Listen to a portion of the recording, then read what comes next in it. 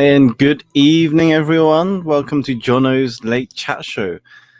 So here we are, my first late chat show that I've been meaning to create and come on. Now, everyone has been always asking me, Jono, your content's great. Love what you do. Love what you stand for. Love what you talk about.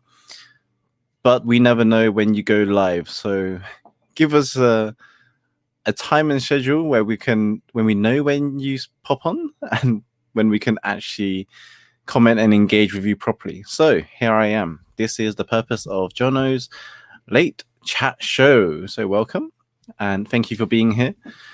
Appreciate all the support. I've been getting a lot of messages from you guys and girls for pushing me to get on with my live streaming, my chat show, my lives, and just showing up for you. So I thought I'd make the effort to dress up as well today, just for the sake of having the excuse to putting on a shirt and jacket on, because it seems working from home nowadays, we just casually be in our t-shirts and shorts and whatnot. So this is an good excuse for me to play a little dress up as well. Although I do prefer t-shirt and jeans, to be honest. But hey ho, for the sake of the chat show, I thought I'd make an effort and jump on. So feel free to say hi and drop me any comments, any questions you want to talk about, any topics you want to talk about, because it's an open discussion. For the first showing, I'm very open to comments and subjects. But I do have a topic I do want to talk about as well, if no one raises any other questions. But I will start with the one that I've been going through this week, because it has been quite popular. It seems to be how should I put it? It's been coming up or showing up in conversations that I've been having a lot this week. And so I do want to talk about it and address it. And that is inner conflict and the resistance of showing up. And what does showing up mean to you? Because that's something that I've always talked about in my content. You know, it's show up, step up, and stay up. Right, that's my philosophy. And so a lot of conversations I've had this week has always been about showing up, imposter syndrome, and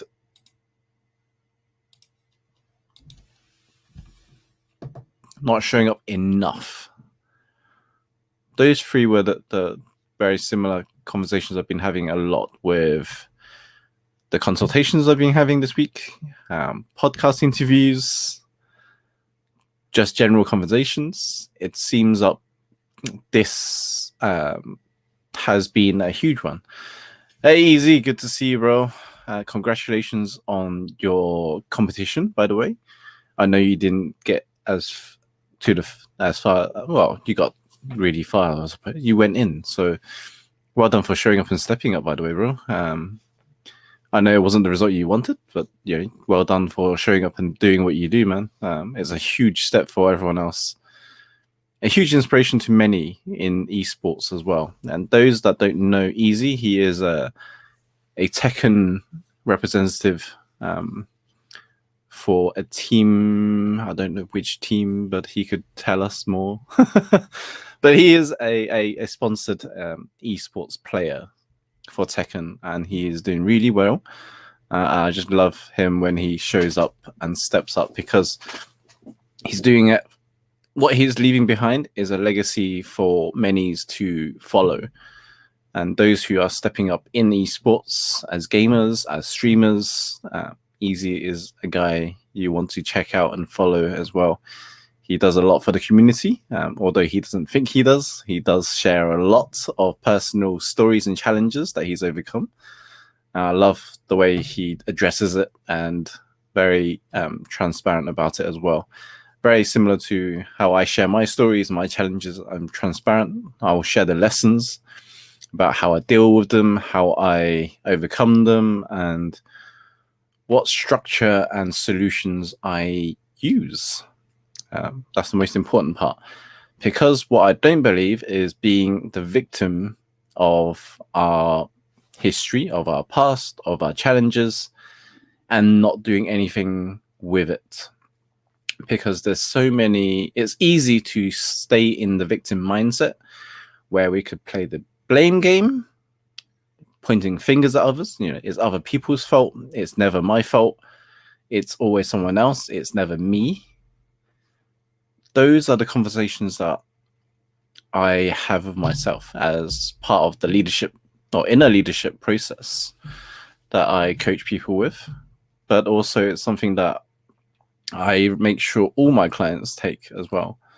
It is personal responsibility, and not playing the blame game is the most important part, because it's easy to point fingers and say it's his fault, it's her fault, it's never me. I got hurt, I got challenged, I got pissed off because of him or her. It's easy to say that to others and point fingers and never say it's our fault, right? But people say fault, is a huge thing, and I do understand that. The reason why fault is such a huge issue is the definition we give it. Now, it may not be your fault, but it is your responsibility to take action and some control of how you behave and react to it, right? There's that difference. You may not want to say it is your fault, but it is your responsibility and how you deal with it. And that's a huge issue, right? So many people would put that say it's not my fault, but it is your responsibility. You're responsible for how you step up, how you control your emotions, how you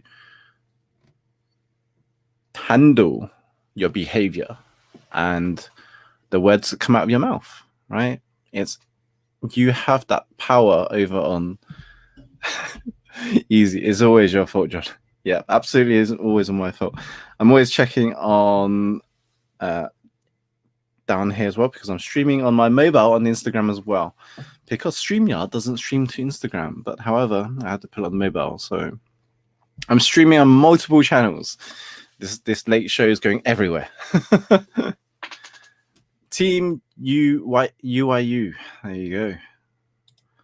Shout out to Team UYU. I love the designs that Easy comes up with as well for them. It's amazing.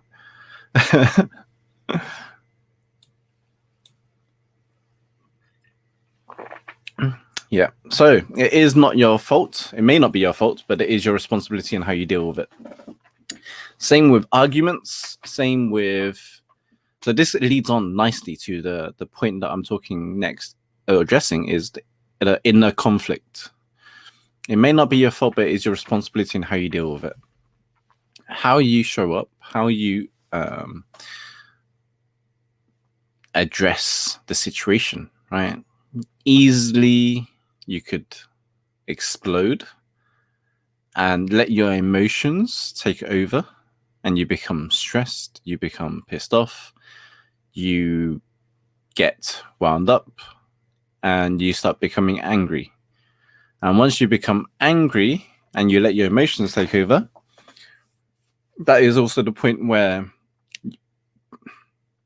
your IQ goes to equivalent to a 5-year-old, I think. So your decisions in making choices and things that you say is no more than a 5-year-old when you're highly stressed and highly pressured. When you're pushed to that limit and you're letting your emotions take control, you're making decisions. And that's why most of the time when you're angry, stressed, annoyed, you're making choices or saying things that you don't really mean, but can be really damaging to the person you're saying it to. Now, most people would would not enjoy that process, right? But it does happen to the most of us, to the best of us. It's happened to me many times. It has costed me friendships. It has costed me relationships. It has costed me many mistakes in my life and in my journey. I'm not perfect. This is the exact reason why I decided to learn about emotional mastery, at least for myself anyway, right? To understand my emotions, why I go through anger, why I go through depression, why I go through anxiety, why I go through all these different emotions that we go through, right? Why sadness, joy, all of that.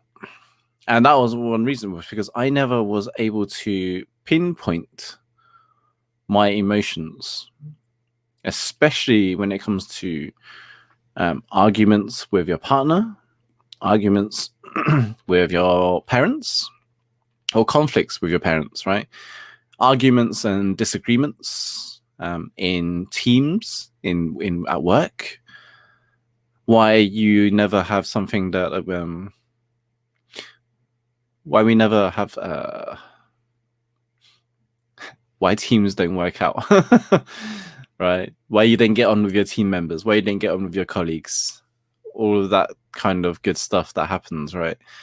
It's because most of the time we let our behavior get and our emotions get the best of us. Miles, this is why we own DC5s, Jono, the best emotional channel. I agree, Miles. The DC5s was an amazing let out for emotions, that drive and that peace, and also the thrill of a fast car does not disappoint. I don't advise going fast. I mean, you can go fast to the national limit. That's cool. Hey, Kara, great to see you, and great evening, Kirsty. Great evening to you all. Thank you for tuning in, by the way. I appreciate that. So the inner conflicts, managing emotions, that's the part I was at. I let my emotions take over for the best of me during my teenage to adult, even to university. I think it was only until after university when I decided to go into personal development and learn more about my personal emotions. Why growing up I was so conflicted against my parents, and why I was always such an angry child. I used to be the angry child. I look back at my photos. Whenever I'm taking photos with my parents, I'm always like grumpy faced, or like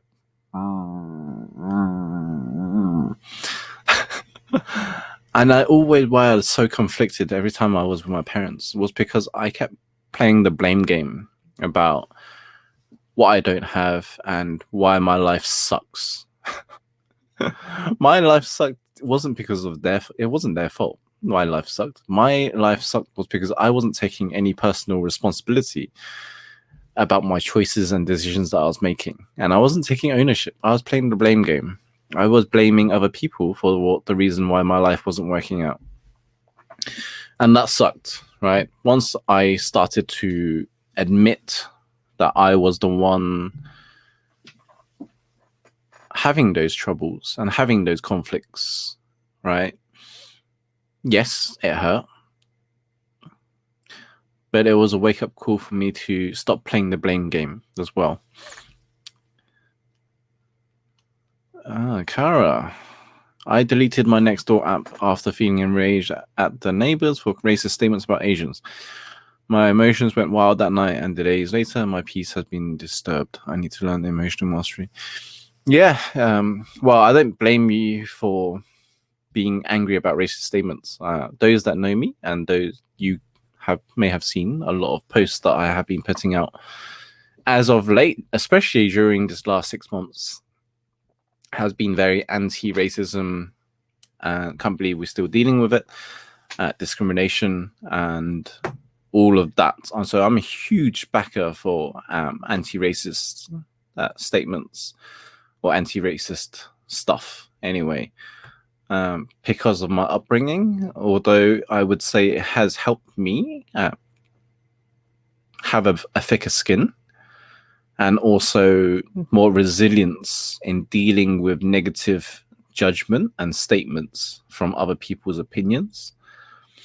Now, it sucks. Don't get me wrong. I don't enjoy it, but it has formed me to the person that I am today because of it. Now, not that I'm saying it's right either. It's definitely not right. It's never nice to make people feel horrible and hated, right? It's never a nice thing. So it's a huge one, and racism is a big one for me. I grew up with racism. I grew up with bullying, especially with racism. So it's nothing new to me, but it is hurtful. All right, it is hurtful. I don't condone any of that at all. So it's. I don't blame your peace being disturbed, Kara, for that. I've reframed it. I reframed because of my understanding of people and also the deeper spiritual aspect of our behaviors and our actions. I started to notice more, especially for those that have listened to my latest interview with Vin Zhang, where there was a section where we talked about inner peace. And that segment, he mentioned that he literally had the same incident about people calling him, being racist to him, basically, because of the Asian skin that he has. He is Viet-born Chinese as well. So, we both look very alike. We both speak Cantonese and stuff. But he was walking past a few people and they were coming up with racist statements and issues as well towards him and just hurling abuse at him. It's not like he knew them, but because of the understanding that we have with our behaviors and understanding of the spiritual side of people, how hurt must that person be for them to deliver and hurl that type of abuse to other people, right? To be so offended and so much hatred within them. What are they going through in their lives to have that sort of behavior, right? What's driving that behavior for them? How much pain are they in that they have to hurl abuse and words and things to other people? They must not be living very nice, right? They must not be living very nice in their own homes or in their own families, or going through something really bad inside themselves in order for them to generate so much hatred and anger within themselves to hurl at other people.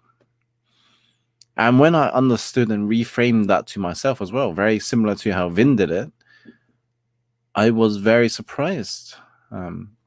As well as I was thinking how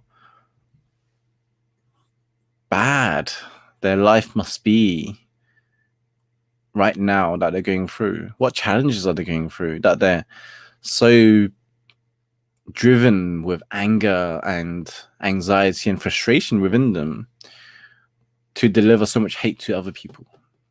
And when I reframed that and understood that, I was very peaceful, because it's not me, it's them. How they're feeling towards me has got nothing to do with me. It's something, whatever's going on in their lives. And whatever is going on in their lives, I can only send them my love and sincere apologies and thank you and appreciation and love that they get through it. Whatever they're going through.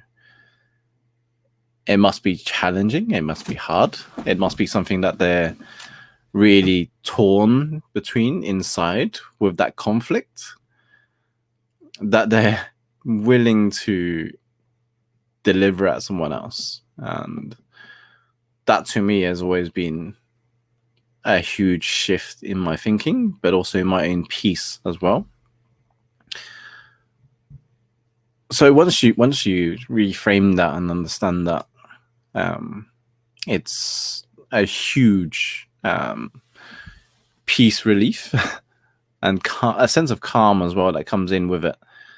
It's interesting how it's not something that you could change overnight. It takes a lot of time to build.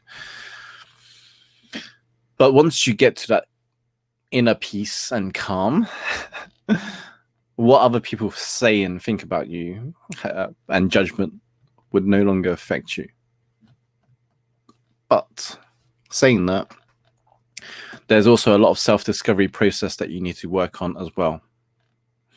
You need to address your own self. That's down to knowing who you are, what you stand for, and what you're willing to, your boundaries as well, your personal values.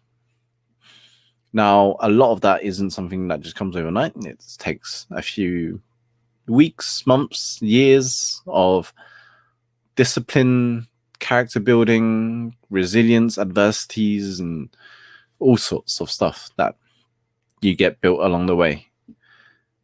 So it's not a quick fix, but it is a self-discovering process. And that process takes time. As much as most people go, I want an overnight quick fix, there isn't such thing for that. But what you can do is know who you are and what you stand for. Once you know those and your values, your personal values, what you value most as well, helps you become more resilient in terms of dealing with other people's judgment and words and opinions, right? Let's have a look at the comments. Kara, I learned that I was expecting them to make me feel safe, when now I'm learning to feel safe within my own skin. That's a huge one. Feeling comfortable and confident within our own skin is our own personal confidence. Now, our personal confidence is something that we have to build ourselves, unfortunately. We can't handle that. We can't hand that to any other people. However, it is our responsibility and in our control to build it. Now, my confidence has been built over the years through becoming comfortable with the uncomfortable. Now, there's things that I do now, like public speaking, like going on live, like now, Toastmasters,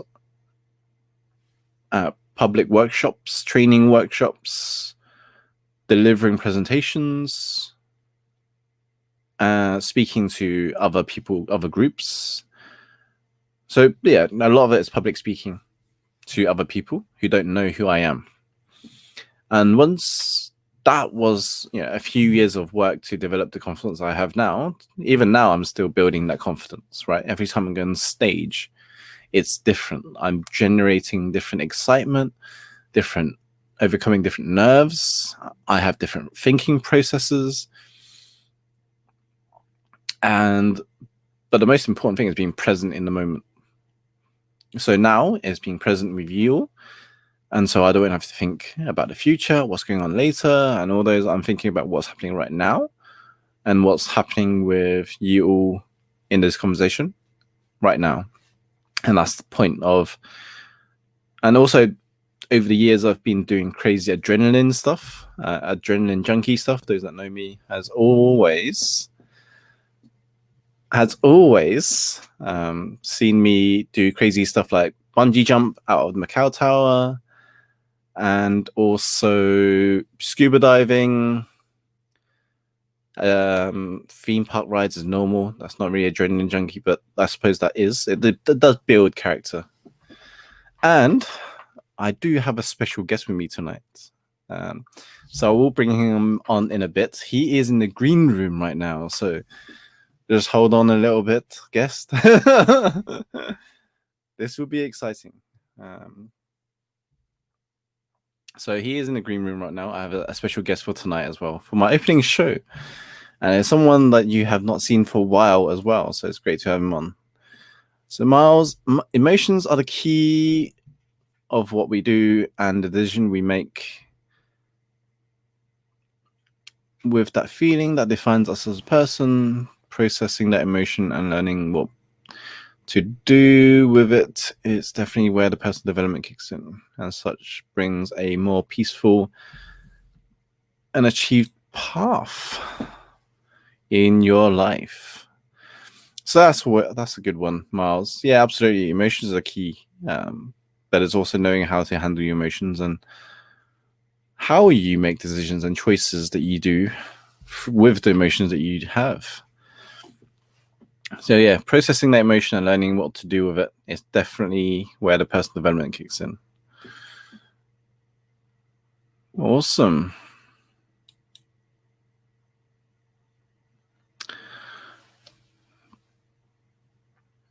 Oh, do I have more guests? Is this unexpected?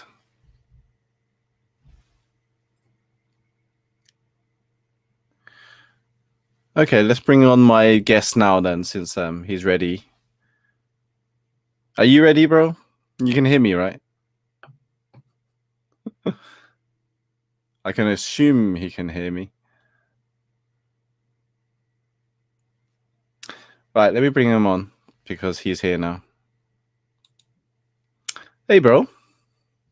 Hello, can you hear me? Are you here? Can you hear me? Yes, I can. Can you hear me? Your audio is not working. Say something. Hello, hello. He's here, but his audio is not working. That's tech for you. No. I'll put him back in. So, for those that saw, my lovely brother and business partner, Iklock, was supposed to come on when he fixes his audio. But for now, you can hear him. How come I couldn't hear him? It's interesting.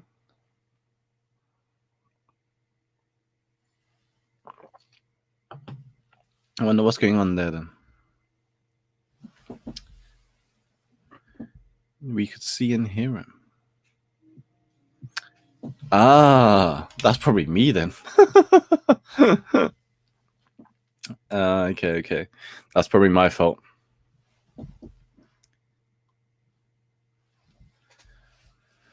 But yeah, inner conflict.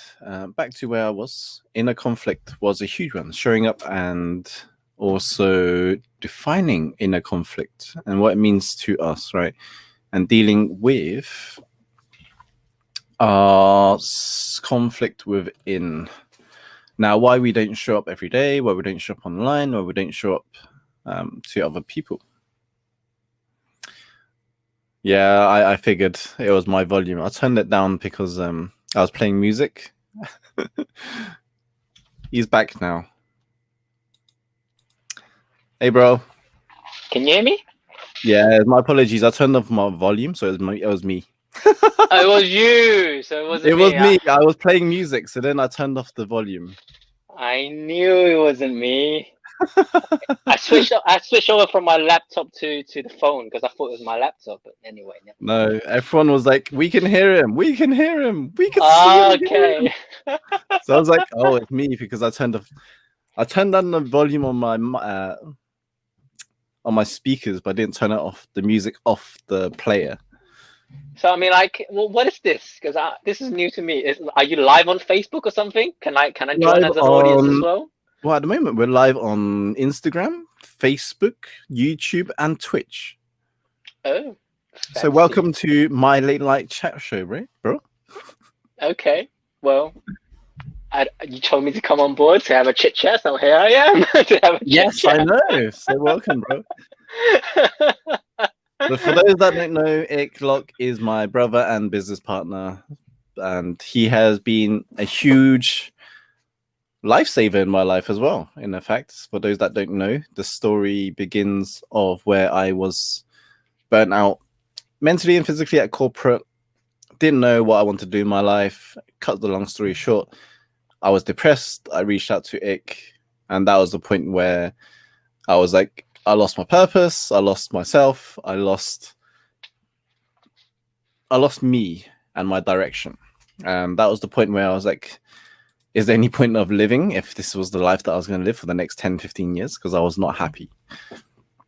And that's when I reached out to my brother Ick, and we discussed, what is it that I want to create? What do I want to leave behind in this world? And what legacy we want to leave behind and create in the process. And that was our step towards entrepreneurship and deciding to do something with our lives instead of just working in a full-time job where we're not happy. So, Eklock, brother, welcome. Hi.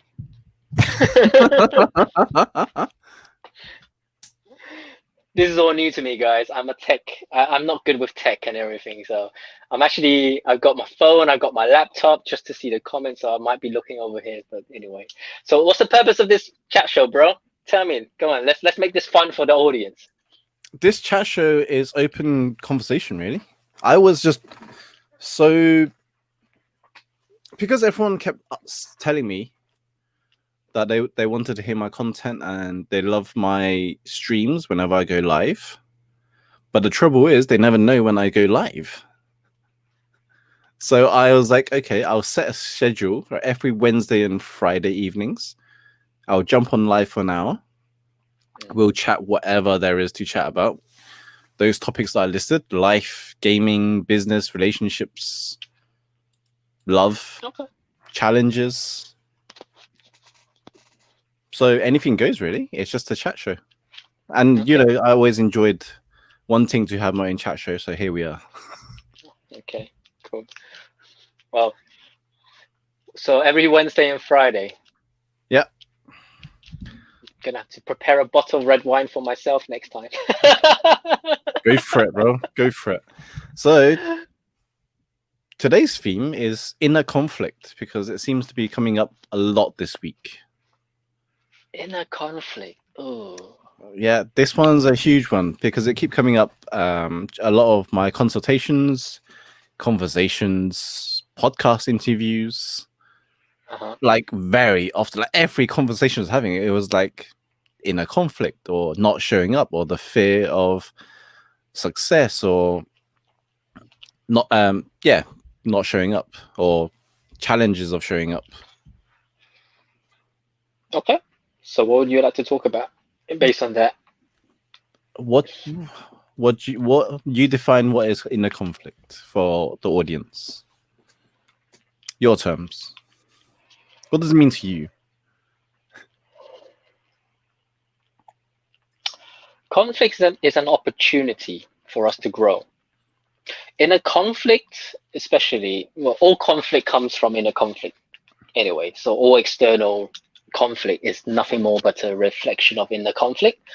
And all conflict, as my mentor would say, or as our mentor would say, it's a tool for self-awareness, right? It's an opportunity to identify what is triggering us. For example, one conflict I have that I have learned and identify and grow out of is knowing that I have a need to be heard. Is a perfect example for most people, because a lot of people have this need to be heard. And I was on the phone with a friend just now before I came on this live chat show, and we were talking about her values, and one of her highest value is respect. And she was talking about, oh, she loves it when a man shows that they can listen to her and pay attention and actually remember what she says. And she said, so listening is a need, right? Or whatever. I was like, no.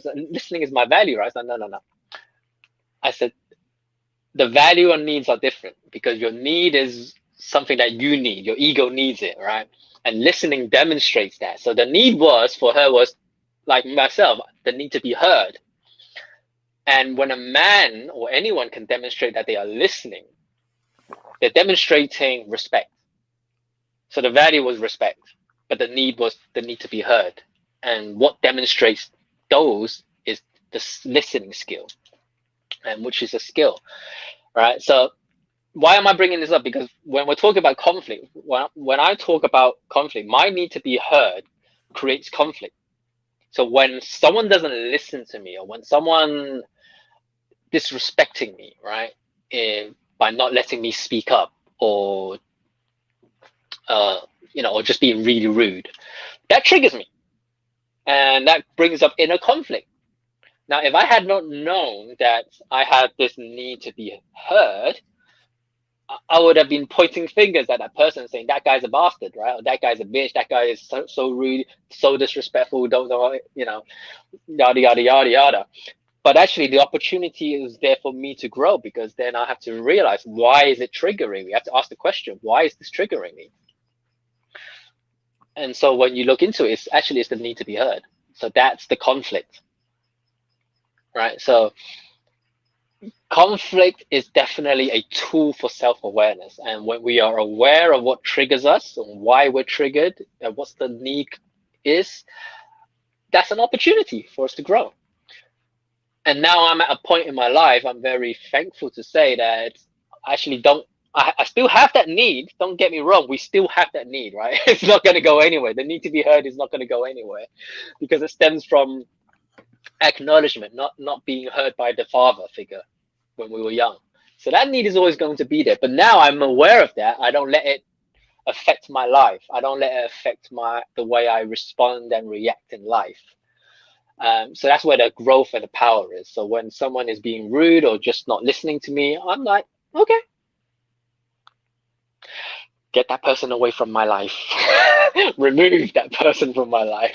Don't bother wasting energy with that person. That's all I do, right? But I don't get triggered. Well, I get triggered internally. I was like, I feel disrespected, but okay, I'm gonna be all right with it. I'm gonna allow it to go, and I don't make a big deal out of it. So that's where the growth is. So, and I guess a lot of people have the same thing when it comes to inner conflict. It could be conflict about something else. It could be conflict about connection, about love, about worth, about trust. It could be about anything, right? So you tell me, Jonah, what was you say, inner conflict is tonight's theme, because it has been recurring a lot in your consultation. Give me give me a couple of examples of what are the conflicts that you get a lot of the time that your your clients are saying.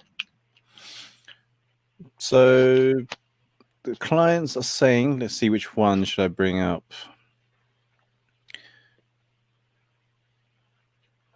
Showing up more consistently online for their group. So they're community leaders, or they do have Facebook groups and communities, but they struggle to show up consistently to deliver value to them, to their audience. The clients are not showing up, or they're not showing up? The clients aren't showing up for their audience. Or they struggle. So it's something they can't control then. They struggle with showing up for their audience, basically. So they have an audience they can serve, but they struggle for creating content, creating value, and showing up in general, or at least consistently anyway, right? And what were your feedback to them? Well, my feedback was try and leverage the digital tools so that you don't have to actually be there in person to deliver value. unless you feel, get to the point when you feel ready enough to show up live or whatever. I mean, most of the time people think they have to be live to show up for their audience. I mean, yes, it does help. It creates that know, like, and trust factor in that you do care about them. And especially if they're a paying client, but if they're just your audience or people who just there to wait for engaging with your information and your content, they're freeloaders. So it doesn't really matter whether you show up for them or not. It does if you want them to be clients, but if you're in the business to play the long-term game, you're in it to, it's a slow burner. It doesn't have to be that now or instant, right? Kara's asking a question. Do you ever feel isolated after you quit corporate and went down a non-traditional path? That one, I don't feel isolated after I quit the corporate path, only because I have a support group and a peer group that is like-minded and also is as crazy as me to do non-traditional path stuff.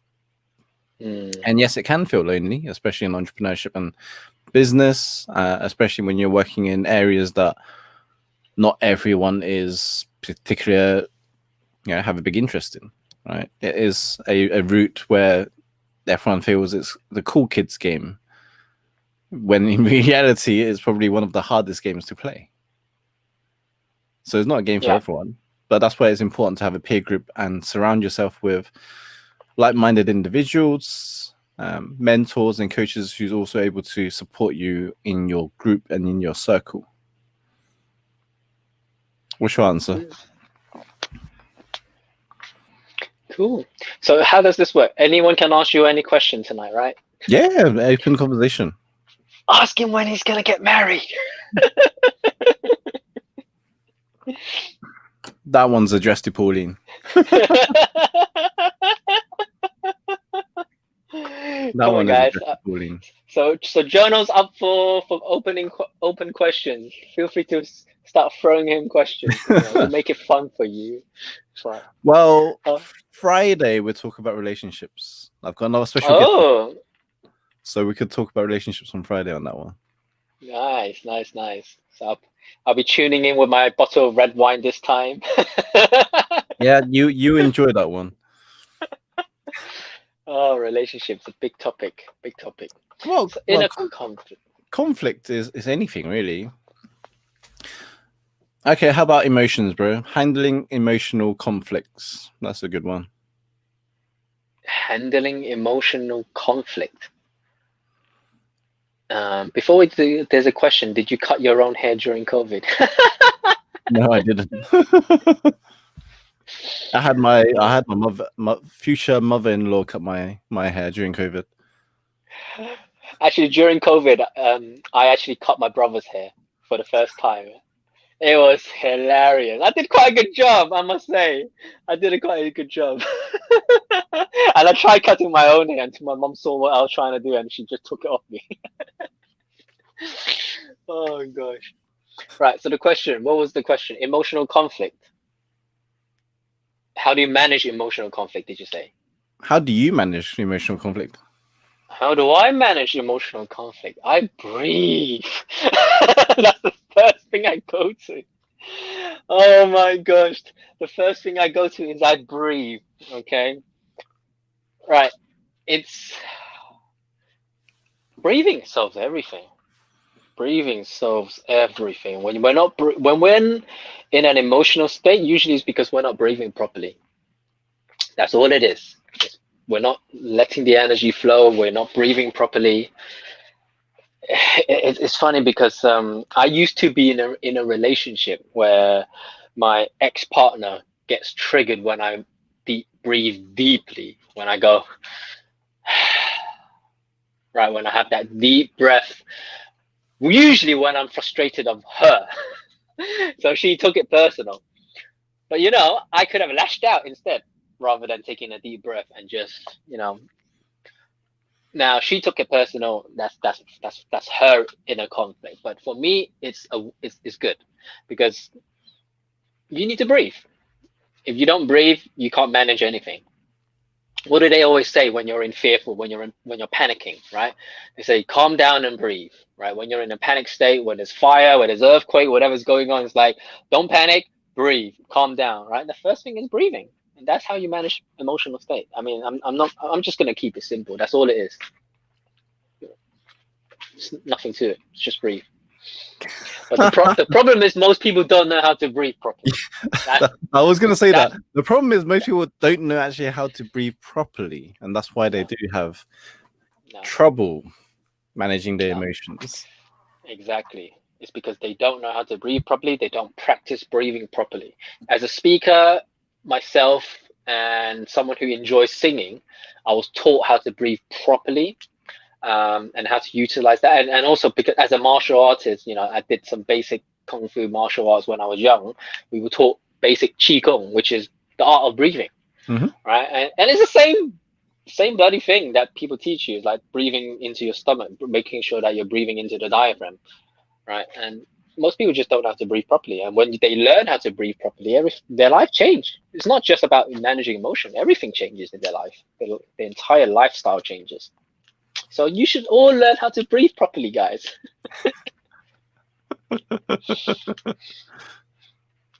Okay. What else was there to address conflicts?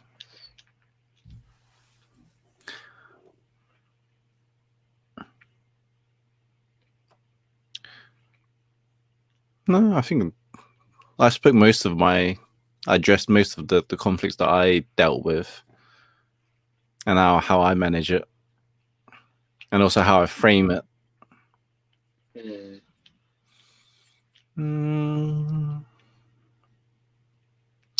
Yeah, anyone else got any questions, feel free to ask, by the way. Now that we got Iglock here, the master himself. I'm no master. I'm just a student, bro. I'm just a student of life. All right, the student of life. How long do you do your chat shows for then? Well, I don't know. I haven't. I say it could be an hour. It could be an hour and a half. It could be 2 hours. I mean, I'm open for as long as people are tuning in, asking questions, and enjoying the show. No. You're just playing around with it at the moment, yeah? I mean, it's not like an official show or anything like that. You know what? The next time we gather around, with Ragov and everyone around the living room with the bottle of red wine, I'm telling you guys, when me and Jono hangs out, like physically, not virtually, like, right, when we hang out with our tight little circle of like highly integrity people, the stuff that comes out from our conversation is mind blowing. The kind of stuff we talk about is mind blowing. We talk about stuff that ranges from from relationship to leadership to consciousness to aliens to anything. We just make it up on the night, and wherever the alcohol takes us, it's fascinating and it's magical. Very magical conversations we have. And we have so much fun talking about deep conversations. We forget the time. Yeah, that's the thing. I mean, this is the whole point of the show, really. If anything goes, really, I'm not too. There's no a fixed structure on it. That's the beauty. When you don't have a fixed structure, well, structure is important, but when you don't have a fixed agenda. Yeah, I don't have a fixed agenda, so it's flexible. When we make it up, magic happens. And anyway, I'm just here to have fun with you. Anyway, it's a good chit chat. Well, it's good catch up. It's good catch up as well. Oh gosh, here's a question to the audience: Do you believe in aliens? Do you believe aliens exist? That's a question to the audience. Let's see what kind of comments we get. I'll answer that one first. I believe in aliens. I believe there is more forms of life out there than us, or at least more intelligent life than us out there, somewhere, wherever they are. But I know they're out there somewhere. Obviously, too intelligent to show up for us. They were like, we're not dealing with these low IQ people. Oh gosh. Ian said he believes in aliens and ghosts. Sabotaging themselves and killing themselves and oh gosh. I saw a meme on the internet just a couple of days ago about aliens looking down on Earth, saying the next season of the next season is starting. What's happening on episode Human Earth? I was like, and there's like the pandemic 2020. They're shitting themselves. It's hilarious. It's like, the memes. It's hilarious, man. Oh man. Let's have a look. Yes, and ghosts. So sometimes I think I may be from another star. That's without red wine. Oh, nice. I'm sure we could all relate to that one. We all think we're the black sheep of the family. That's another good one that pops up. Miles, This is where having a mentor is important. I personally have never had one. Any personal development I've done has been through my own actions. However, it's not enough at times. Taking now, for instance, having a business in the events industry, COVID has given it a good kick in. As such, I found other means for now having work and starting up another business. My events business still maintains admin heavy, and sometimes personally find it a struggle to balance with the other two jobs. And it seems to cut off from there. He continues to say, and find it hard to persevere with the events business, as of course the rewards at this point, as far in the future. This has admittedly sent me on a few emotional spirals. Perhaps mentorship is needed there to keep eyes on the bigger picture. Yeah, I feel you, Miles. I mean, personally, this COVID has affected everyone. I'm sure you're not the only one who's going through what you're going through. Would it be the right time to have a mentor? I don't know. Because don't forget that your mentor is probably going through the same thing you're going through, because pandemic is new. Pandemic is a 2020 thing, right? No one can mentor you through the pandemic, even if they are, they can be a mentor in business, but we're talking about current economy, right? Current situation. I don't think anyone can really mentor you. This is my personal opinion, of course. I actually take this as an opportunity to recalibrate. There is one thing I subscribe in, and that is when everyone else is in a fearful state, right? Like, I always go back to the story when Isaac Newton, before Isaac Newton became a very famous mathematician, what was it? Isaac Newton? Sorry, no, Galileo. It was Galileo, not. Wait. No, it was Isaac Newton. Sorry, it was Isaac Newton who went through. There was I think it was I can't remember what it was. I think it was a pandemic as well. I need to get my facts right. But basically what happened was, during Isaac Newton's period, his era, there was a big something big happened in the country. I think it was like something similar to what we're going through now as a pandemic, and no one was able to do anything. So Isaac Newton spent 5 years of his life studying Galileo's work. He spent 5 years mastering and honing his craft. And it was during those 5 years that Isaac Newton came up with his own theories, with his own mathematical theories. And that's what made him successful in his life. And I always refer back to that topic where, when nothing is happening around the world, like such as this pandemic, when everything, when everyone is in the same situation, when business is failing, when no one can do anything, yes, it's a time to reinvent everything. Yes, it's a time to go to virtual, to go into virtual and using technology tools to help us do whatever we need to do. But it is also a time for us to enhance our tool. So this year, I spent most of my time healing, recalibrating, and just being with myself to find answers in life. I took a step back hugely from the business, because what's the best time to do so rather than now, right? The best time to actually take a step back from your business is now, and to really what my communication mentor would say, recalibrate. And it was only actually a couple of weeks ago I just finished a communication course with my communication mentor, because I want to improve my skills during this time so that I could be a better speaker. And one of my goals, just a button. Sorry? That communications mentor was Vin Zhang that I interviewed prior. Yes. Yes, exactly. If you guys haven't checked out Jono's podcast with Vin Zhang yet, check him out. He's amazing. Definitely an amazing guy. And, I believe in always enhancing your skills. So, and business is a reflection of our skills anyway. What we can do in a business is a direct reflection of what we can deliver in the marketplace. And that ability to deliver any value comes from our skill sets, right? So just work on it. Just work on your skills rather than spending so much time on your business. Sometimes it's kind of like what my other business mentor says. Sometimes we got to take the foot off from the what we call it, Pedal. pedal, and Gas. actually switch gear. Right? You can't switch gear without taking your foot off the pedal and actually putting your foot on the clutch. It doesn't work. It's a period to recalibrate. That's all it is. So Sir Isaac Newton was in his early 20s when the Great Plague of London hit. There we go. Yes. So he had to work from home and he used the time wisely. That's it. That's exactly what happened.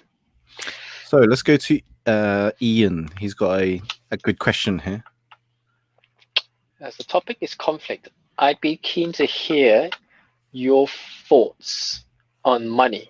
We all start a business to make money. Yes, we do. But do you find you have an inner conflict to take the money from your business to enjoy the rewards? Oh, that's a good question. Yes. Yes, Ian. Yes, both Jono and I still have that lingering around somewhere, but not as much as before. I tell you what, Ian, I'll be upfront with you, okay? When Jono and I started our business officially in 2016, that's when we registered the company. We sucked. We sucked at sales. We couldn't bring in any money, right? We lost so much opportunities. I mean, people loved us. People want to work with us, but we would never make that sale. We would be our worst enemy. Right, Jono can agree to it. Like, he's laughing. Jono is laughing because he knows it's true. We sucked at sales, and when I mean we sucked at sales, we mean exactly what you mean. It's like we have this need. It comes from our background, our childhood upbringing. Because my mum brought me up refusing to take money, so I'm sure it's the same for most Chinese people, and I think it's quite similar to most Asian people. It's like, even to this day, my mom always says, if someone gives you money as a gift, you should be polite. It's like, eventually you take it, but before you take it, you must say, no, don't give it to me, man. I haven't done anything to deserve it. It's like, so actually what my mom has done during my upbringing was she's ingrained in me, I'm not worth it. I'm not worthy of taking someone else's money. So I have a problem of receiving money ever since I've carried that all the way, and I carried it into my business. I had that as like, until I've done something for someone, I don't deserve to take that money from someone. So I struggled when it comes to receiving, and it's not just even money. It's when someone tries to buy me lunch, I always try to fight for the bill. I'm the one who's like, no, let me pay for it. I will buy the drinks. I will pay for that. I struggled when it comes to receiving. And it wasn't until, Jono and I grew from this, until our mentors, and, thankfully we had great mentors in our life that actually changed our whole entire mindset around sales and money and everything. It's like, one mentor said, the moment when you stop receiving, you're denying that other person their opportunity to give to us. And you're also, not just that, you're also denying abundance. If you cannot allow things to come into your life, which is abundance, how can you give more? How can you have more to give? Right? And in Chinese, there's also a phrase called 赚钱. In Cantonese, junqi. It means cycling money. And my mentor says, if you understand the principle of money, you will understand that money cycles. It always cycles, and if you don't allow that cycle to happen, if you don't receive, you can't give, and if you don't give, you can't receive. It's a cycle, and so we really had to learn that. So yes, to answer that question, Ian, yes, we struggled when it comes to taking money, but not anymore, right? Because we learned, and we just we practice receiving. Now I don't have a problem receiving. I still feel bad sometimes. I still feel bad, but I've trained myself to say yes. I train myself to say yes, thank you straight away before my mind allows myself to be guilty. I kind of like train and condition myself. So, for example, one time I took a mentee out for dinner. I took a mentee out for dinner. Right? I was going to pay, and she said, "Let me." She said, "I'm paying. Let me pay." And automatically, I said, "Okay, thank you." And I felt bad straight away, right? Deep down, I felt, holy shit, what did I just say? But she was happy that I allowed her to pay for me. And You that can't changed everything deny for me. her of her giving. Right. And so, and you know, the more that happens, you know, the life changes for me. So yes, Ian, so you're not the only one struggling. You're not the only one. Oh gosh. Miles, I don't know you, and I know this comment is cliche, but hang in there, brother, mate. Yeah, yep, absolutely. Miles said, I'm glad you said that.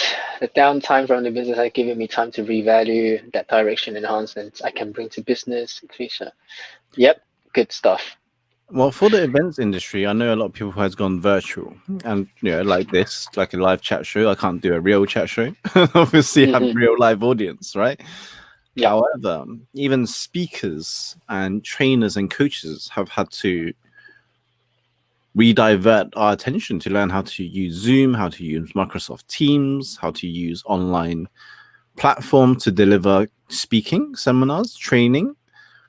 It hasn't been new in the industry for online training and stuff anyway, but it's taken away the offline connection public elements when you're going into hotels and you have your stage, you have the mics, you have the AV, you have the huge attention and round of applause and all sorts, right?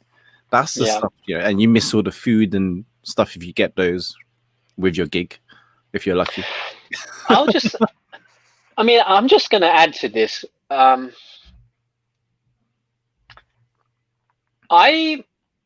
you know, I want to remind everyone that, especially those who are in business, you gotta reevaluate what value you're bringing to the marketplace.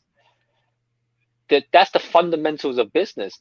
Business is about you delivering some sort of value to the marketplace, which the marketplace will pay for, right? And if you are in the event industry and now you can't, obviously the pandemic has affected the event industry, you got to ask yourself the question, what kind of value were you bringing in the event industry that people were looking for?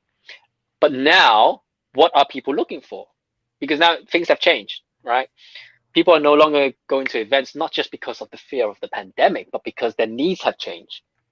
So I mean, Miles, I don't know what business you're in. I don't know what events you do, right? Maybe you could share a bit about yourself, what your business is about, what do you do, or before the pandemic happened, then we could talk about it more in details. But I would always ask, like for example, I can only use myself as an example with Jono, right? We do training. We provide training, leadership training, self-awareness training, and one of the training that we do with self-awareness particularly is we do it in hand training in a room, because that's where the energy transformation and transmission happens, and that's where the awareness happens, right? We can't do that virtually. It's not something we can do that will create the same result, right? It's if we do something virtual, it's going to be different. It's not going to be that sort of training. So It's still doable, but it's not as probably not as or I would say it's not as I personally find it harder to get value from it. It's not even just that. It's because we know what our audience are looking for. Yeah, but also because our mentor did it, virtual one, right? The whole training that we went through, it still doesn't feel the same. Although we have breakout rooms and the whole process and stuff, but the whole principles and stuff was taught. But the process of going through that transformation in an environment where you're mixing with people you don't know, similar to UPW, right? UPW is a live event. You can't. It's harder to substitute it as a virtual one. As Tony's doing it with virtual UPWs, and I get it. But the transformation is inside the live event of that process and in the training. Mixing in with other people, giving random people high fives, sharing deep, dark secrets and processes and challenges with people you don't know. Yeah. That's the going beyond your comfort zone. That's where the transformation happens. And when right. you do it in your own home and you mix in with your family again with the next minute, it's not the same. When No, you it's not the spend same. 3 or 4 days away from home in an environment where it's you mixing in with thousands of other people you don't know, that's where the magic happens. Yeah, but Yeah. it's still doable, right? Tony's still able to serve 23,000 odd people virtually Yeah, instead but of again, I go back to what value is it? What kind of value are you delivering to the marketplace, right? What are people looking for? So for a good example is what works well in a virtual realm. Is transferring skill sets. Like if you're teaching someone a new skill, how to speak, for example, how to be a better communicator, or if you're transferring over some knowledge, implementation skills, they work great. They were absolutely great. But if you're looking, if you used to do events where people were looking to engage, to connect, and to have that peer group support and transformational process, can't be done virtually.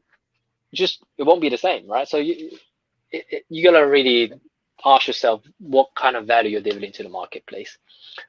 Um, so let's move on down to Miles Keating and preaching it. Come on, in your business, Kara asks, in your business from an objective point of view, consultants need to present the ask. Newcomers don't know what you are offering, so don't be shy. Yes, true. Very true.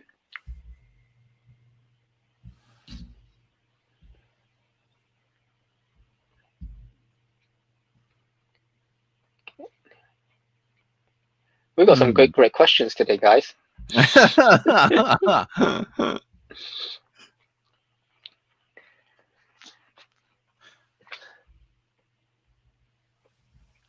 Well, Ian does run a very large company with a very large size of capital that goes through the business. Nice. Keep going, Ian. Keep making money. Keep He is, making money, and then you can buy me dinner. I will gratefully receive it. well, yeah. He has offered um, to take host me in LA in LA Hollywood. So Ian is a great friend. He is a great friend. Nice. He's been very supportive of all my crazy ideas that I've been through, especially this live chat show. He was like, "Mate, your lives are great, your content's great, but I don't know whenever you're going live." So he's one of your founding supporter that Oh, kick you he's up your. been a Thanks, huge. Ian. Yeah, he's given me a huge kick up the ass because Good one. I needed a structure for my lives, and I wasn't consistent in showing up as well. And I Mm. did notice that I wasn't showing up enough with Facebook lives and stuff because I just kept thinking, "Oh, what time should I go jump on live?" And I was like, "You know what? Screw it. 9:30 Wednesdays and Fridays. That just keeps me a structure to follow." Same with Twitch streaming, right? I keep saying that I was going to start streaming my gaming streams. Mm.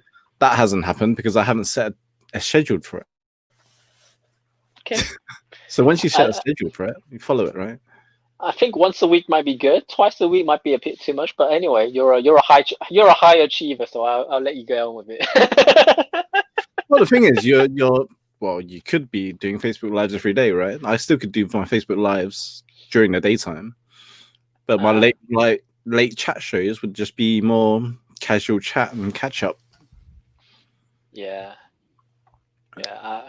It wouldn't work for me, not from a business branding context. I wouldn't mind doing it just for a banter here and there. Right, everyone already know my personality now. It's like this guy just loves to banter around. Yes, I do. Yes, I do.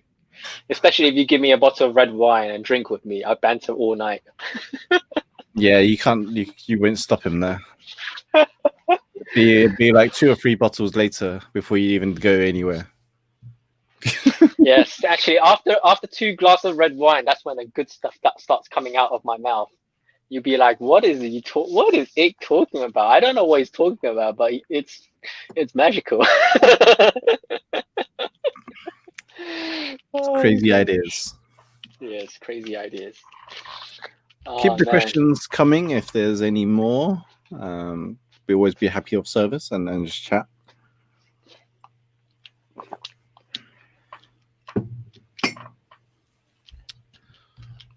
Oh, moral conflict, bro. This is a good one. Doing the right thing. Doing the right thing, even if it costs you, even if you lose money, or you don't gain money out of it, you lose a sale, basically. Mm-hmm. Working with clients that don't align with us. Oh yeah. This is a good one, because everyone keeps, every lead is a customer, right? Yeah. They say, but is that true? Is that true? If you don't get on with your clients,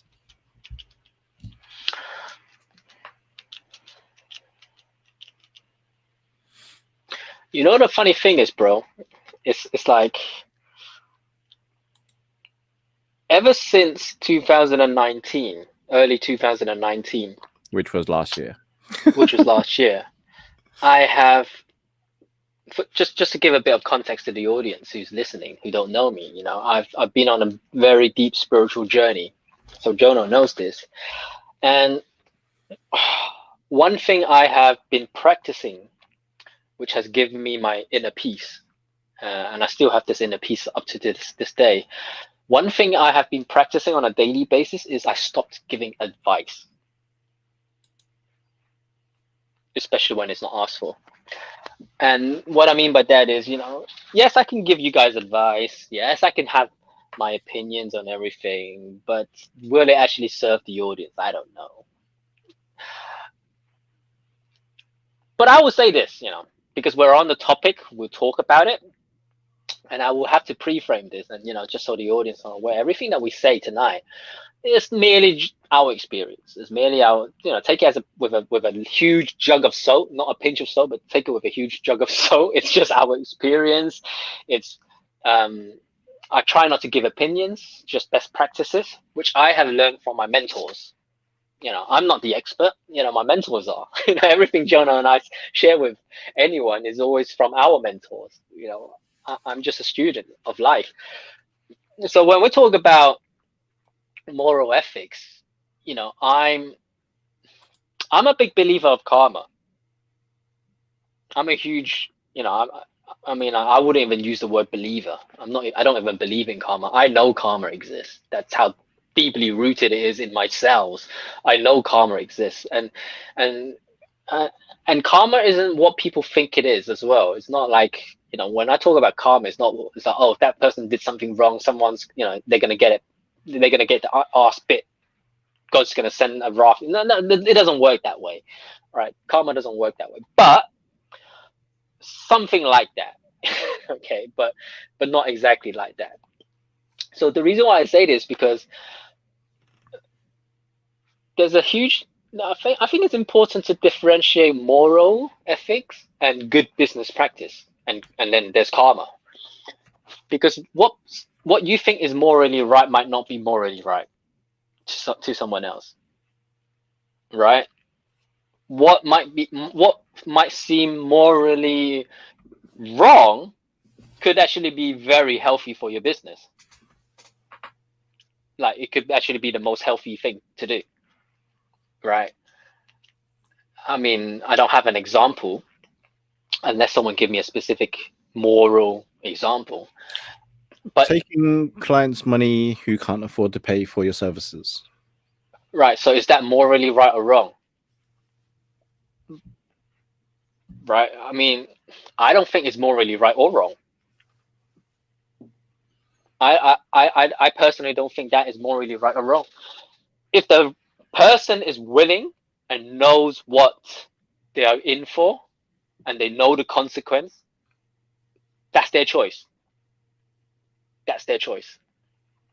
We have no rights to interfere with that choice, because the truth is, actually, if that person has already made that decision to spend that money to invest, to even if they can't afford it, well, they're either going to invest in you or they're going to invest in your competitor.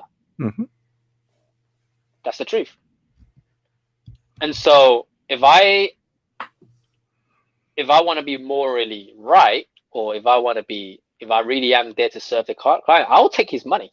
I'll take that person's money, because I don't want someone else screwing them over, because I know I'm gonna do my best to make sure that person gets their money worth.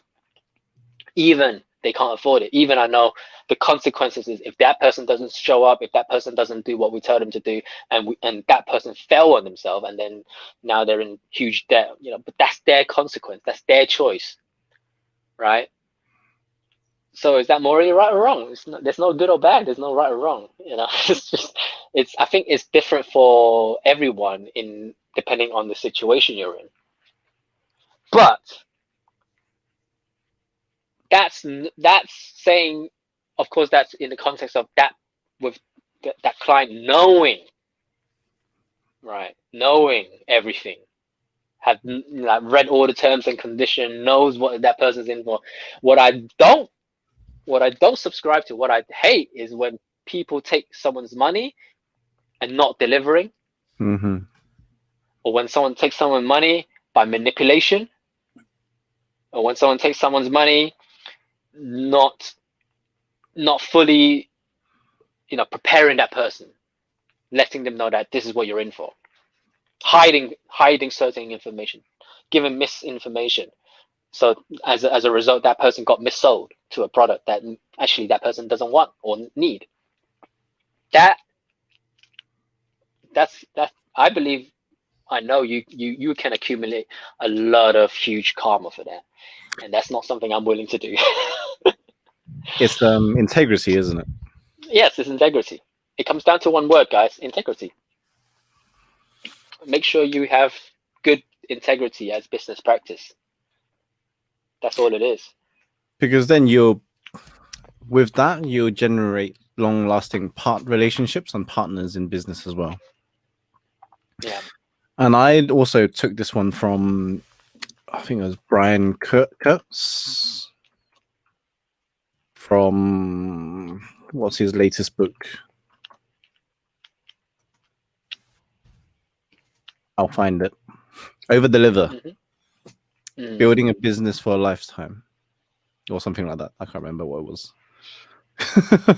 Something along the lines of building a business for a lifetime, building relationships for a lifetime. Let me find it. Here it is. Build a business for a lifetime, playing the long game. He says in direct response marketing, but I believe that's relationships. Yeah. I believe that's for relationships. Any relationships, partnerships, friendships, business, affiliates, whatnot. You can build the business for playing the lifelong time game and long game by nurturing that, especially integrity, and just doing what you say you do. Show up the time you show up. Those are the type of things that makes the difference. Yeah. I mean, and depending on what business you're in as well, it's all different for everyone else. I guess for entrepreneurs such as ourselves, the important question is to ask ourselves, why are we doing what we're doing? Why are we in business in the first place? Is it really just to make money? It's not. It's rarely. For people like you and me, Jono, it's never the money. If money never existed, right? Gosh, we'll still be doing what we're doing, right? That's the important thing. So it's never about the money. Not denying that the fact that money is important, of course, but I'm just saying, if I really wanted to make a lot of money, I wouldn't be doing this. I'll be doing something else. I'll be in Wall Street. I'll be trading in Wall Street. Oh. I'll be on working for the big banks if money was really my sole purpose, right? So it's never about the money. Well, the money helps in hiring a team to do the stuff that I don't want to do, like creating the content and the marketing, the headlining, the editing of podcasts. That's what it covers for. Well, the money is the lifeblood, yes. It goes to hiring someone to do the content that I don't want to spend time on, so that I could spend more time with you guys or coaching, right? Instead of creating or editing podcasts and creating graphics and typing up show notes, I would prefer to hire someone else to do that for me. That's when you build a team, right? That's when you build a team, and that's where it goes, really. And since we're on the topic of conflict, actually, as we're on the topic of money, here's a gold nugget I'm gonna share with everyone. It's obvious but most people don't know this. The biggest conflict us human beings have in life only stems from two things: money and love. That's it. They're the biggest conflict that we get, that gets created, money and love. Right? How many of you know people, or you've experienced yourself, when there's not enough money in their family fight, or when there's too much money in the family, when greed starts taking over, family fight over inheritance and all of that BS, right? Brothers starts killing each other for the dad's inheritance. It's money. Money creates tension. You see, it's not money and love that creates the conflict. It's the tension that creates conflict. When there's tension, there's conflict. And what gives rise to the tension is usually money or love, right? When you're in a relationship, tension rises, conflict rises. That's why people have so much relationship problems. The divorce rate is so high because they can't handle with the tension that comes with the relationship, the love. And it goes really back to why money and love. Because money is a form of acknowledgement, which is something that stems from the father, which means from childhood, our father never gave us the acknowledgement as a child. And so money represents power, it represents strength, it represents the ability to provide, it represents masculinity, it represents acknowledgement. And love is the nurturing side from the mother. That's all it is. All conflict stems from childhood relationship with the parents. And that's why most people, when they don't deal with their mother-daddy issues, they're the ones who have a lot of conflict problems in life. And that's why a lot of therapists and coaches, when they work with you, it usually goes back to parenthood, one way or another. It usually goes back to your childhood, work with mom and dad, whatnot. So that's a little bit of insight for the audience. It's money and love. Money and love creates the most conflict in life. The question is, what do you have more of? Daddy issue or mommy issue? Or maybe both?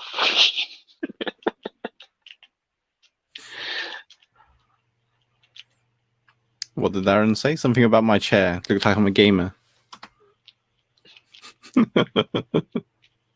Oh, talking about chair, my brother bought a new chair. He didn't like it, so he gave it to me. I noticed that. I was like, "Oh, you got a new chair? That's nice." Yeah, I got a new chair, so I like it. It's quite big. There's nice, comfy gaming chair.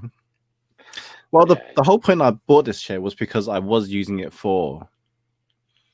Well, actually, no. It was one of the most comfortable chairs to have for long periods of time, for sitting down, working long periods of time, than it is on an office chair. And because I'm mostly behind the computer for like 5-6 hours that you're not supposed to be, but I am, a day or night, I needed a chair that was comfy, and gamer chairs are the most comfiest. I like it. It fits your brand.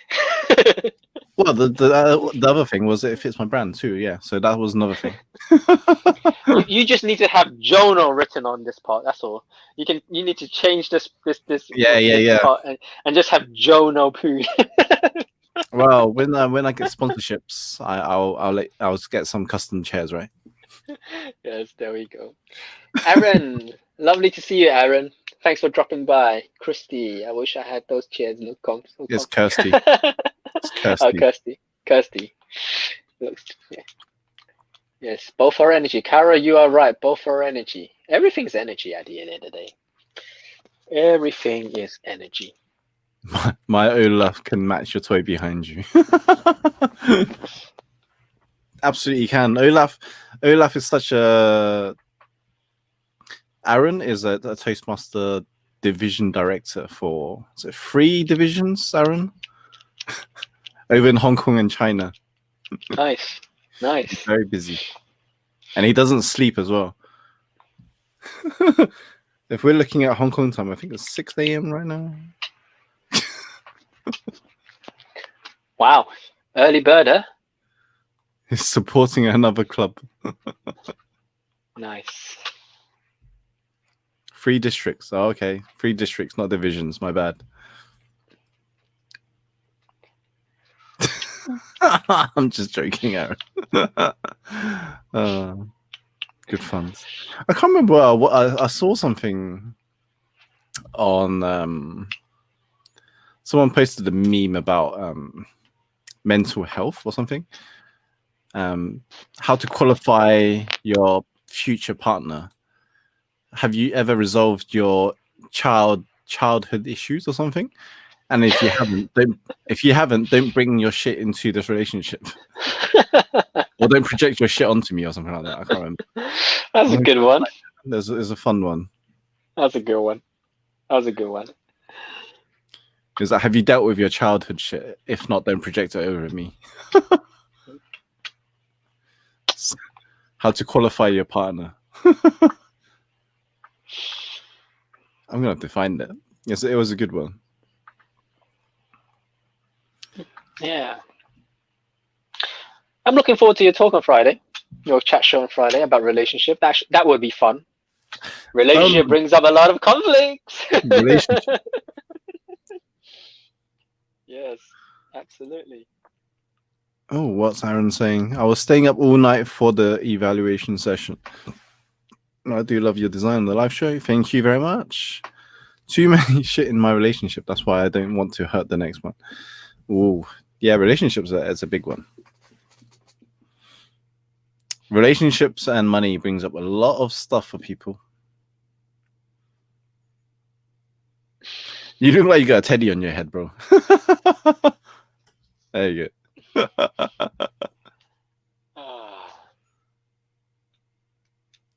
That's a conversation with Bourbon. Absolutely, Miles. I'll be joining you with that. I'll be joining you with the Bourbon.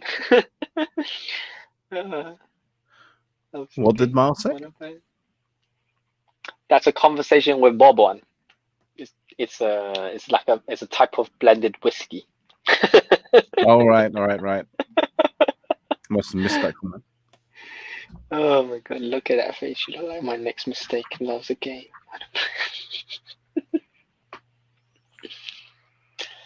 All right, bro. I think it's time for me to leave. Yeah, I think the session's going way over time. An hour and a half. That's not too bad for the first. An hour live. and a half. Yes, I think between an hour and an hour and a half is a good time for your sessions. Yeah, I think so too. It's been a great conversation, bro. Well, welcome and thank you for joining me. Thank you. Next time, give me pre-warning so I have a bottle of red wine ready so I could, get into it before we start chatting. You know the schedule now. We're free Wednesdays and Fridays, so. Well, let me know if you want me on. Just then I'll prepare myself. Well, you can enjoy the wine on Friday because you know that guest too.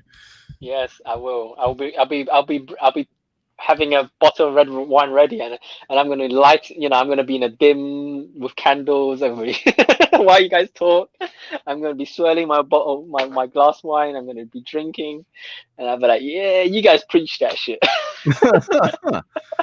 Let's see comments. Aaron, I remember back in the days, all my saving was taken by my GF, and she went to marry her husband with it, and with the child money. Wow.